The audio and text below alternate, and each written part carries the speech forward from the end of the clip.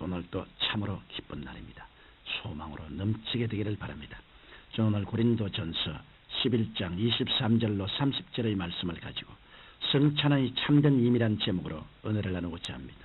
예수님께서 십자가에 못 박히시기 전날 밤이었습니다. 예수님께서는 예루살렘 성 안에서 제 아들과 함께 마지막 만찬을 들고 계셨지만 마음은 심히 괴롭고 슬프셨습니다.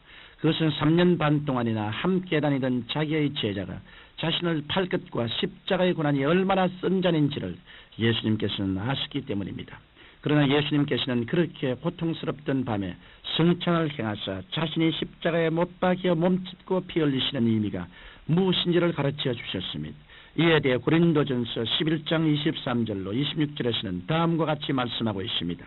내가 너희에게 전한 것은 주께 바른 것이니 곧 주 예수께서 잡히시던 밤에 떡을 가지사 축사하시고 떼어 가라사대 이것은 너희를 위하는 내 몸이니 이것을 행하여 나를 기념하라 하시고 19회 또한 이와 같이 잔을 가지시고 가라사대 이 잔은 내 피로 세운 새 언약이니 이것을 행하여 마실 때마다 나를 기념하라 하셨으니 너희가 이 떡을 먹으며 이 잔을 마실 때마다 주의 죽으심을 오실 때까지 전하는 것이니라. 이와 같이 성찬의 뜻과 잔은 예수님의 죽으심을 기념하는 중대한 의의가 있습니다. 그러므로 저는 오늘 예수님께서 로마의 병정들에게 잡히시는 마지막 밤에 행하신 성찬의 의미와 성찬을 대하는 우리들의 마음가짐에 대해서 말씀해 드리고자 합니다. 첫째로 성찬의 뜻과 잔이 의미하는 바에 대해서 말씀드리겠습니다. 예수님께서 마지막 유월절을 제 아들과 함께 보내실 때 주님은 분명히 떡을 떼시면서 이것은 너희를 위하는 내 몸이라고 말씀하셨습니다. 예수님께서는 이것은 너희를 위하는 내 몸의 상징이라고 말씀하지 않으셨습니다. 그러므로 우리는 비록 떡을 떼지만 실제는 주님의 살을 직접 먹는 효과를 얻게 되는 것입니다. 우리가 떡을 가지고 주님 앞에서 축사하면 떡에게 하나님의 성령의 능력이 임하셔서 우리가 그리스도의 살을 먹는 것과 똑같은 효과를 나타내게 되는 것입니다. 성찬의 떡은 결코 예수님의 몸의 상징이 아닙니다. 그렇다고 성찬의 떡이 예수님의 살로 친히 변화되는 것도 아닙니다. 다만 성찬의 떡을 먹는 것은 예수님의 몸을 먹는 것과 동일한 효과가 있을 뿐인 것입니다. 마찬가지로 성찬의 풀어주는 예수님의 피와 동일한 효과를 가져옵니다. 그런데 예수님은 성찬의 잔을 피로 세운 새 언약이라고 말씀하셨습니다.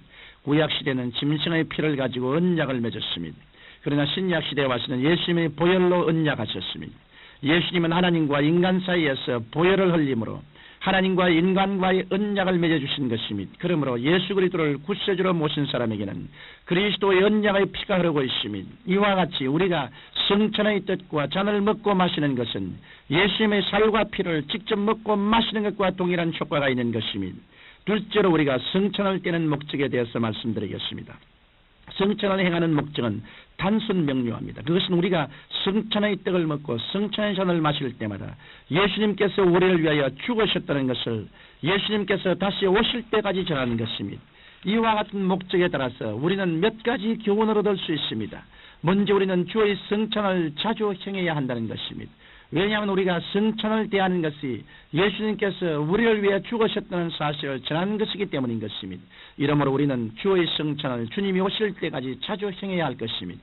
또한 우리는 주의 성찬을 대할 때마다 주의 죽으심의 의미를 깊이 깨달아야 합니다. 성찬식은 단지 그리스도의 죽음을 그 자체만을 기념하는 의식이 아닙니다.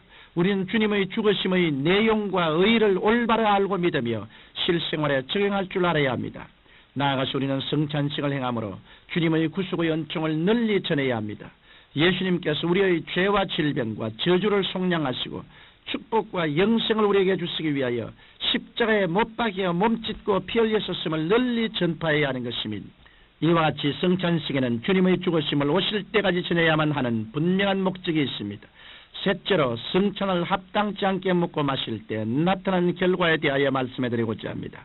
성찬의 떡과 잔은 겉으로 보기에는 떡과 포도주에 불과할지라도 실제 있은 그것은 예수님의 몸과 피입니다. 그러므로 성찬을 합당치 않게 먹고 마시는 것은 주님의 몸과 피를 범하는 무서운 죄를 짓는 것이 됩니다.